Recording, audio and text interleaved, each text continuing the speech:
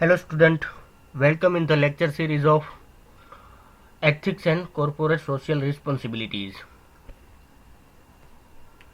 Second unit, Corporate Governance. જો આપણે સબ્જેક્ટનું જે ફર્સ્ટ યુનિટ કમ્પ્લીટ કર્યું, નાવ ધ સેકન્ડ યુનિટ છે કોર્પોરેટ ગવર્નન્સ.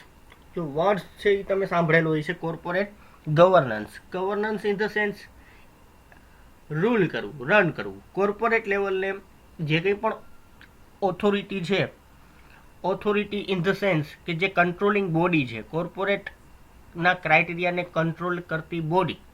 બરાબર, સિમ્પલ ટર્મિનોલોજીની અંદર વાત કરું તો કે ભાઈ કોર્પોરેટ જે કંઈ પણ એક્ટિવિટીઝ થતી હોય કોર્પોરેટ લેવલે, બિઝનેસીસ છે, જે બિઝનેસીસ દ્વારા જે કંઈ પણ એક્ટિવિટીઝ થતી હોય એ બધી એક્ટિવિટીઝ છે એ કેટલા અંશે વ્યાજબી છે, કેટલા અંશે ગેરવ્યાજબી છે. બરાબર, કઈ બાબતો છે બિઝનેસની સારી છે, કઈ બાબતો છે બિઝનેસની ખરાબ છે, કઈ બાબતો બિઝનેસને કમ્પલસરીલી કરવી જોઈએ, કઈ બાબતો બિઝનેસ ના કરે તો પણ ચાલે. બરાબર, સિમ્પલી લોટ્સ ઓફ થિંગ્સ, ઘણા બધા પોઈન્ટ ઓફ વ્યૂ છે કે જેના થ્રુ આપણે જે કોર્પોરેટ ગવર્નન્સના ક્રાઇટેરિયા છે એને એક્સપ્લેન કરી શકીએ. બરાબર, કે કોર્પોરેટ ગવર્નન્સ છે એ કોઈ નાનો કોન્સેપ્ટ નથી. કોર્પોરેટ લેવલના જે કંઈ પણ મેજર ક્રાઇટેરિયા છે કોર્પોરેટ ગવર્નન્સની અંદર ઇન્ક્લુડ થતા હોય. બરાબર, જો આપણે ઇન્ટ્રોડક્શન ડિસ્કસ કરીએ, first the concept of corporate governance has emerged an inevitable part for the modern business world. Corporate ગવર્નન્સનો જે કોન્સેપ્ટ છે, બરાબર, એ બહુ મહત્વનો કોન્સેપ્ટ છે અત્યારના જે મોડર્ન બિઝનેસ વર્લ્ડની અંદર વાત કરીએ. બરાબર, તો જે મહત્વનો અગત્યનો કોન્સેપ્ટ છે, શા માટે મહત્વનો અને અગત્યનો કોન્સેપ્ટ છે, આપણે પોઈન્ટ વાઇઝ આગળ વધીએ એટલે તમને ખ્યાલ આવી જાય. બરાબર, અને અત્યારના જે મોડર્ન બિઝનેસીસ છે એની એક જરૂરિયાત છે, inevitable part for the modern businesses. જરૂરિયાત શા માટે છે? બરાબર, મોડર્ન બિઝનેસીસ માટે. તો આપણે હમણાં આગળ ડિસ્કસ કરીએ એટલે તમને ખ્યાલ આવે. જો the importance of corporate governance, corporate ગવર્નન્સનું જે ઇમ્પોર્ટન્સ છે, બરાબર, એ શા માટે ગ્રો થતું ગયું? Just because of growing size and multiple locations of business organisations. જે કંઈ પણ બિઝનેસ છે એની સાઇઝ અને મલ્ટિપલ લોકેશન્સ છે એની અંદર તમને વૃદ્ધિ જોવા મળી. એની સાથે સાથે કોર્પોરેટ ગવર્નન્સનું મહત્વ પણ સાથે સાથે કેવું થતું જોવા મળે છે? વધતું જોવા મળે છે, ઇન્ક્રીઝ થતું જોવા મળે છે. બરાબર, હવે ગ્રોઈંગ સાઇઝ મીન્સ વોટ? તો કે ભાઈ બિઝનેસ છે એ અલગ અલગ સ્તર ઉપર કામ કરતું હોય. બરાબર, અલગ અલગ સ્તર ઇન ધ સેન્સ કે કોઈ પણ બિઝનેસ છે, જો આપણે બધાને ખ્યાલ છે કે લોકલ લેવલ છે, નેશનલ લેવલ છે, ઇન્ટરનેશનલ લેવલ છે, મલ્ટીનેશનલ લેવલ છે, ગ્લોબલ લેવલ છે. આ બધા લેવલ છે કે જેના ઉપર બિઝનેસ છે ઓપરેટ થતો હોય. કોઈ નાની કંપની છે, કોઈ નાનું ફર્મ છે, તો લોકલ લેવલે પોતાના બિઝનેસ એક્ટિવિટીઝને કેરીડ આઉટ કરતા હોય. પછી કોઈ એનાથી થોડુંક બિઝનેસનું ડેવલપમેન્ટ થતું જાય. બરાબર, એમ બિઝનેસના ડેવલપમેન્ટની સાથે સાથે બિઝનેસની સાઇઝ છે એ પણ કેવી થતી જાય? વધતી જાય. લોકેશન વાઇઝ જોવા જઈએ તો બિઝનેસ અલગ અલગ ઘણા બધા લોકેશન ઉપર, મલ્ટી લોકેશન્સ ઉપર બિઝનેસ છે એ ઓપરેટ થતો તમને જોવા મળે. તો આ બધી બાબતો છે એના લીધે કોર્પોરેટ ગવર્નન્સ છે એનું ઇમ્પોર્ટન્સ છે એ વધતું જોવા મળે છે. બરાબર, તેન પાસ્ટ સેકન્ડ પોઈન્ટ આપણે જસ્ટ વાત કરીએ તો કે ભાઈ પાસ્ટ કોર્પોરેટ સ્કેન્ડલ. ઘણા બધા એવા પાસ્ટની અંદર, ભૂતકાળની અંદર ઘણા બધા એવા કોર્પોરેટ સ્કેન્ડલ થઈ ગયા. બરાબર, કે જે ઘોટાળા જેને આપણે કહેતા હોય. બરાબર, સિમ્પલ લેંગ્વેજની અંદર કે જે કોર્પોરેટ લેવલના જે સ્કેમ છે, આ બધા સ્કેમના લીધે એક્ટિવિઝમ છે જે કોર્પોરેટ ગવર્નન્સનું, activism in corporate governance for the organization so that the trust of various stakeholders does not get compromised. જે સ્ટેક હોલ્ડર્સનો જે ટ્રસ્ટ છે, trust in the sense interest છે સ્ટેક હોલ્ડર્સનો, જો એક કોઈ સ્કેમ કે કોઈ સ્કેન્ડલ થાય, બરાબર, તો એનાથી ઘણા બધા સ્ટેક હોલ્ડર્સ છે જે બિઝનેસની સાથે જોડાયેલા છે એ બધા સ્ટેક હોલ્ડર્સને નુકસાની થાય. બરાબર, કંપનીના કર્મચારીઓ છે, કંપનીની માર્કેટ ઇમેજ ડેમેજ થાય, કંપનીના શેરની વેલ્યુ છે એ ડેમેજ થતી હોય. બરાબર, કોલેપ્સ થાય. તો આ બધી બાબતો છે એનાથી અલ્ટિમેટલી ઘણા બધા લોકોને નુકસાન થતું હોય અને આ જે કિંમત છે નુકસાન થવાનું બહુ મોટા પ્રમાણમાં હોય. ધેટ્સ વાય જો કોર્પોરેટ ગવર્નન્સ છે એ ત્યાં એનો રોલ પ્લે કરે કે કોઈ પણ પ્રકારના આવા સ્કેન્ડલ થાય એની પહેલાં જ આપણે એને પ્રિવેન્ટ કરી શકીએ, એને અટકાવી શકીએ, બરાબર. અગેન તો જેથી કરીને કોઈ પણ જે સ્ટેક હોલ્ડર્સ છે એનો ઇન્ટરેસ્ટ છે એ કોમ્પ્રોમાઇઝ ન થાય. એક્સપાન્શન અને ગ્રોથ, કોર્પોરેટનું જે કોર્પોરેટ લેવલે જે કંઈ પણ કંપની છે એનું એક્સપાન્શન અને ગ્રોથ છે એ સારી રીતે આપણે કરી શકીએ, બરાબર. Again then the next point is corporate governance nothing but to adhere to the code of conduct laid down by the authorities so that the transparency, integrity and accountability can be increased. Corporate governance છે એ બીજું કંઈ નથી, પણ corporate governance means what, તો કે જે કંઈ પણ કોડ ઓફ કન્ડક્ટ છે કોર્પોરેટના માટે, જે કંઈ પણ કોડ ઓફ કન્ડક્ટ છે, જે ક્રાઇટેરિયા છે કે જે રીતે બિઝનેસે પોતાની એક્ટિવિટીઝને કેરીડ આઉટ કરવી જોઈએ, બરાબર. જો સાંભળજો, કોર્પોરેટ લેવલ માટે જે કંઈ પણ ક્રાઇટેરિયા છે કે ભાઈ કંપની આટલી આટલી વસ્તુ કરવી જોઈએ, કંપની આટલી આટલી વસ્તુ ના કરવી જોઈએ, બરાબર.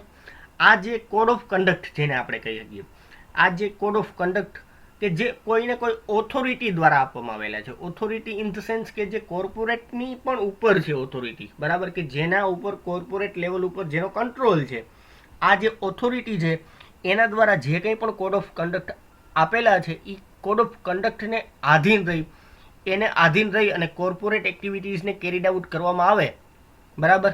એ પ્રકારની એક્ટિવિટીઝ છે એ કોર્પોરેટ ગવર્નન્સની અંદર થતી હોય કે જેનાથી ટ્રાન્સપેરન્સી મેન્ટેન રહી શકે, ઇન્ટિગ્રિટી અને અકાઉન્ટેબિલિટી છે એને તમે ઇન્ક્રીઝ કરી શકો ઇફેક્ટિવલી, જેથી કરીને કોઈ પણ બાબત છે એ કોઈ અનએથિકલ વેની અંદર કે wrong intention through corporate level દ્વારા ન કરવામાં આવે અને બધાના હિત અને બધાના બેનિફિટને ધ્યાનમાં રાખી અને એક્ટિવિટીઝ છે એ થતી રહી, બરાબર.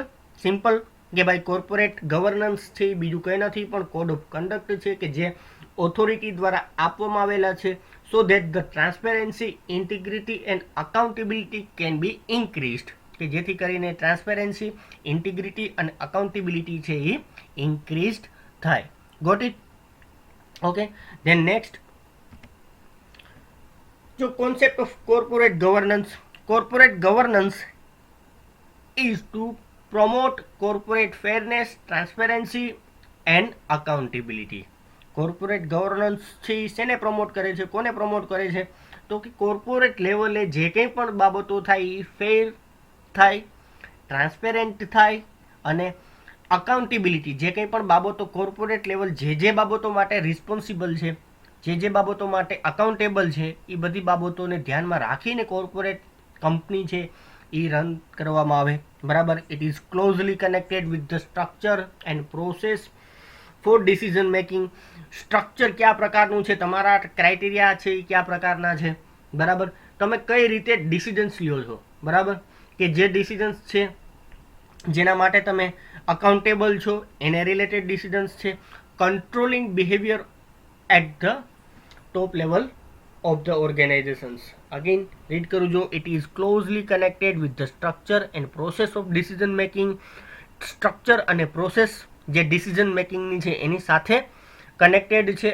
Accountability, control and behaviour at the top level of ઓર્ગેનાઇઝેશન્સની અંદર જે ઓર્ગેનાઇઝેશન્સના ટોપ લેવલ છે, ટોપ લેવલ એટલે જે કંઈ પણ ડિસિઝન મેકિંગ પ્રોસિજર છે ક્યાં કરવામાં આવતી હોય, ટોપ લેવલ ઓથોરિટી દ્વારા જ બધા પ્રકારના ડિસિઝન્સ છે એ લેવામાં આવતા હોય, બરાબર. તો આ જે ટોપ લેવલ ઓથોરિટીઝ છે એ બધી ઓથોરિટી છે એના દ્વારા વ્યાજબીપણે બધા ડિસિઝન્સ છે એ લેવાય, બરાબર.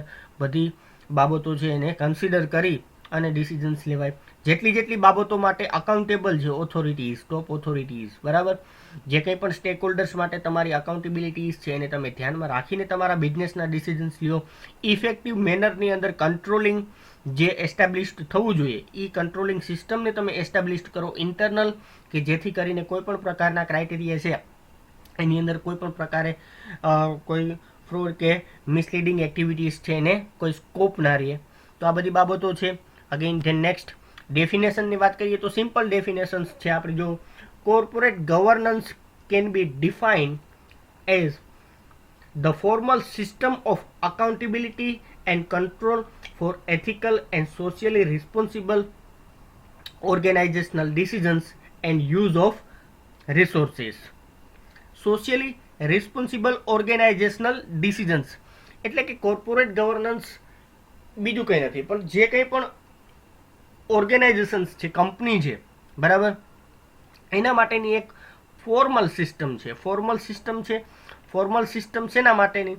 તો કે કોઈ પણ કંપની કે ઓર્ગેનાઇઝેશન્સ માટેની એક ફોર્મલ સિસ્ટમ છે કે જે કંપની જે છે, બરાબર, એ સોશિયલી રિસ્પોન્સિબલ રહી અને પોતાના ડિસિઝન્સ લે, અને જે કંઈ પણ રિસોર્સિસ છે, socially responsible in the sense કે સોસાયટી માટે તમારી જે કંઈ પણ જવાબદારીઓ છે, બરાબર, એને તમે ધ્યાનમાં રાખો.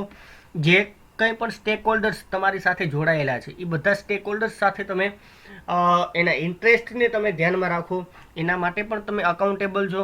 તો એ બધી બાબતોને ધ્યાનમાં રાખી અને તમારા ઓર્ગેનાઇઝેશન્સના ડિસિઝન્સ લ્યો કે જેથી કરીને કોઈને કોઈ પણ પ્રકારની હાનિ ન થાય, બરાબર. અને જે અવેલેબલ રિસોર્સિસ છે, સ્કેર રિસોર્સિસ છે, એ બધા રિસોર્સિસનો ઇફેક્ટિવ મેનરની અંદર યુટિલાઇઝેશન્સ કરો કે જેથી તમને બેટર આઉટકમ્સ મળી શકે, બરાબર. તો it is a formal system, બરાબર.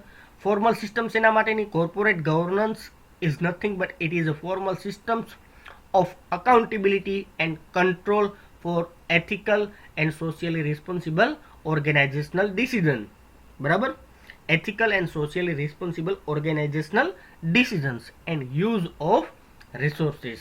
It is a system which can lead to effectively organizational decisions, and then how to use the effective utilizations of resources and how to make better productivity and better performance in the society for the betterment of all, not for the individual or not for the individual unit.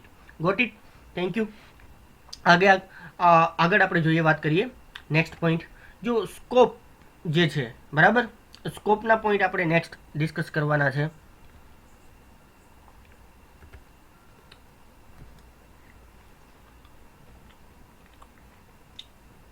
જો સ્કોપની વાત કરીએ, બરાબર, તો first A management should be given proper power and there must be sufficient control over the power given to the management.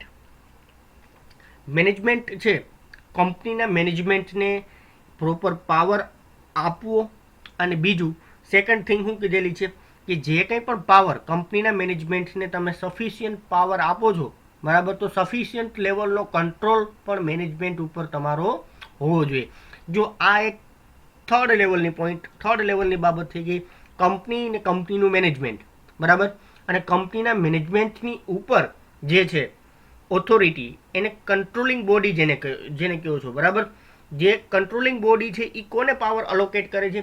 મેનેજમેન્ટને power allocate કરે. મેનેજમેન્ટને શેના માટેનો પાવર એલોકેટ કરે? મેનેજમેન્ટ બિઝનેસના રિલેટેડ બધા ડિસિઝન્સ છે એ સારી રીતે ઇફેક્ટિવ મેનરની અંદર લઈ શકે એના માટેનો પાવર અલોકેટ કરે. સાથે સાથે પાવરની સાથે ઇફેક્ટિવ કંટ્રોલિંગ સિસ્ટમ પણ એડપ્ટ કરવામાં આવવી જોઈએ મેનેજમેન્ટ દ્વારા, કે જેનાથી મેનેજમેન્ટ ઉપર ઇફેક્ટિવલી જ્યારે તમને જરૂરિયાત જણાય કે જ્યાં જરૂરિયાત જણાય ત્યાં તમે કંટ્રોલ પણ કરી શકો. Accountability should be properly assigned in the organizations so that the scope of manipulations and fraud can be completely curbed. Accountability તમારે એ રીતે સોંપવી જોઈએ, પ્રોપરલી અસાઇન કરવી જોઈએ, બરાબર.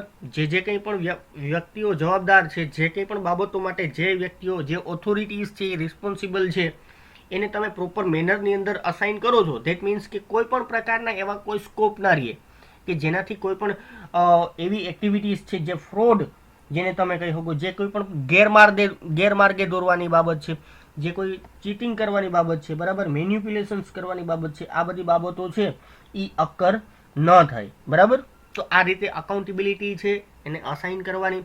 ધેન જો the comparatively wild scope is to facilitate stakeholders activism whereby management can focus on interest of each and every સ્ટેકહોલ્ડર્સ. જો બીજો એક સ્કોપ કે સ્ટેક હોલ્ડર્સ જે છે કંપની સાથે જે જોડાયેલા છે એનું એક્ટિવિઝમ ઇન્ક્રીઝ કરવાનું છે, બરાબર. એક્ટિવિઝમ ઇન્ક્રીઝ થાય, જેટલા સ્ટેક હોલ્ડર્સ છે એ વધારે પડતા એક્ટિવલી બિઝનેસની અંદર ઇન્ટરફિયર કરતા થઈ જાય, બરાબર. બિઝનેસના જે ડિસિઝન્સ છે એનાથી રિલેટ થતા થઈ જાય. ધેટ મીન્સ કે મેનેજમેન્ટની અંદર એનું એક્ટિવિઝમ છે એ કેવું થઈ જાય, સક્રિય થઈ જાય, બરાબર. જે સ્ટેક હોલ્ડર્સ છે મેનેજમેન્ટની અંદર શું થાય, એક્ટિવ થઈ શકે, સક્રિય થઈ શકે. That's why. અને આ વસ્તુથી શું થઈ શકે તો કે ભાઈ આ વસ્તુ જે થાય એનાથી એનું જે મેનેજમેન્ટનું જે ફોકસ છે, બરાબર, એ સ્ટેક હોલ્ડર્સ ઉપર પણ રહે અને એના ફોકસથી એનો કોઈ પણ સ્ટેક હોલ્ડર્સ છે એનો ઇન્ટરેસ્ટ છે એ નિગ્લેક્ટ ના થાય અને ચૂકાઈ ના જાય, બરાબર. એટલે કે ઇફેક્ટિવલી સ્ટેક હોલ્ડર્સનું એક્ટિવિઝમ જોવા મળે તો મેનેજમેન્ટ પણ એના ઇન્ટરેસ્ટ ઉપર ફોકસ આપી શકે, બરાબર. And corporate governance also include applying proper internal control system. જો there are the two types of control systems. આપણે વાત કરીએ તો એક તો એક્સટર્નલ કંટ્રોલ સિસ્ટમ્સ છે કે જે ઓલરેડી જે કોર્પોરેટ લેવલ ઉપર હોય, બરાબર. જે હાયર ઓથોરિટી છે એ કંટ્રોલિંગ સિસ્ટમ એક છે કે જે એપ્લાય રૂલ્સ અને રેગ્યુલેશન્સ છે એને આધીન રહીને કોર્પોરેટ લેવલે કામ કરવું જોઈએ, બિઝનેસે એને આધીન રહીને કામ કરવું જોઈએ. સેકન્ડ થિંગ કે ઇન્ટરનલી પણ બિઝનેસની અંદર એક ઇફેક્ટિવ કંટ્રોલ સિસ્ટમ છે એ એસ્ટાબ્લિશ થાય તો કોઈ પણ પ્રકારે બિઝનેસની અંદર એવી કોઈ બાબતો ન બને કે જેના થ્રુ કંટ્રોલ બ્રેક થાય, બરાબર.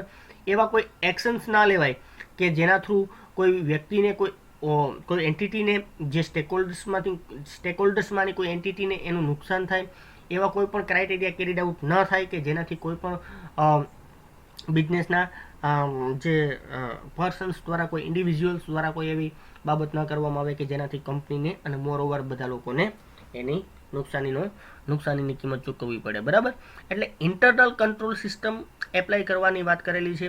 કોર્પોરેટ ગવર્નન્સ છે એની અંદર ઇન્ટરનલ કંટ્રોલ સિસ્ટમને પણ ધ્યાનમાં લેવામાં આવે છે અને external control system already consider થતી હોય, બરાબર. ઓકે, અપ ટુ ધેટ અહીંયા સુધીનો આ પોઈન્ટ છે, સ્કોપ સુધી આપણે રાખીએ. નેક્સ્ટ જે આપણો લેક્ચર છે એની અંદર સેકન્ડ યુનિટના જે નેક્સ્ટ લેક્ચરની અંદર આપણે આગળના પોઈન્ટને ડિસ્કસ કરીએ, બરાબર. Okay, thank you everyone.